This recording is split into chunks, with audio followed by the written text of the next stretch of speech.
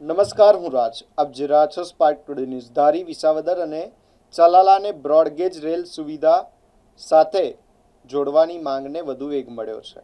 ધારી પત્રકાર સંઘ દ્વારા ચાલી રહેલા મિશન બ્રોડગેજ અભિયાનને હવે બાર એસોસિએશન વકીલ મંડળનો પણ સહયોગ મળ્યો છે. ધારી બાર એસોસિએશનના સભ્યો અને આગેવાનો દ્વારા ધારી પ્રાંત કચેરી ખાતે આવેદનપત્ર પાઠવી ધારી, ચલાલા, વિસાવદરને તાત્કાલિક બ્રોડગેજ રેલ સેવા સાથે જોડવા સરકાર સમક્ષ માંગણી રજૂ કરવામાં આવી છે. આ પ્રસંગે મોટી સંખ્યામાં વકીલો અને નાગરિકો ઉપસ્થિત રહ્યા હતા. આવેદનપત્રમાં વિસ્તારના વિકાસ અને લોકોની સુવિધા માટે બ્રોડગેજ સેવા શરૂ કરવા જરૂરી પગલાં ભરવાની માંગ કરવામાં આવી છે.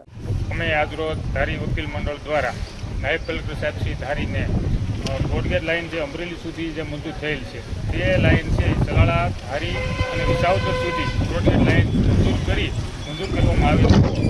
અને ખૂબ જ આવવા જવામાં સરળતા રહે એમ છે. અને આ ધારીમાં અત્યારે જે બહારથી જે પર્યટક લોકો આવે છે એ લોકોને જવા આવવામાં ખૂબ જ સગવડતા મળે એમ છે. તો અહીંયા ખેડૂતો, વેપારીઓ અને નાના ઉદ્યોગો પણ ઘણા બધા આવેલા છે. એ ઉદ્યોગોમાં પણ વિકાસનો વેગ વધે તેમ છે અને રોજગારીની તક પણ વધે એમ છે. અત્યારે સરકાર છે એ ખૂબ જ વિકાસના કામ કરી રહ્યા છે.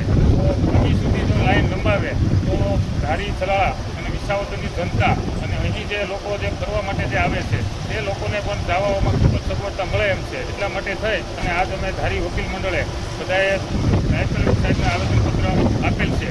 અને પત્રકાર સંઘે જે માંગણી કરી છે બ્રોડગેજ લાઇન લંબાવવાની, તેમાં પણ અમારો ધારી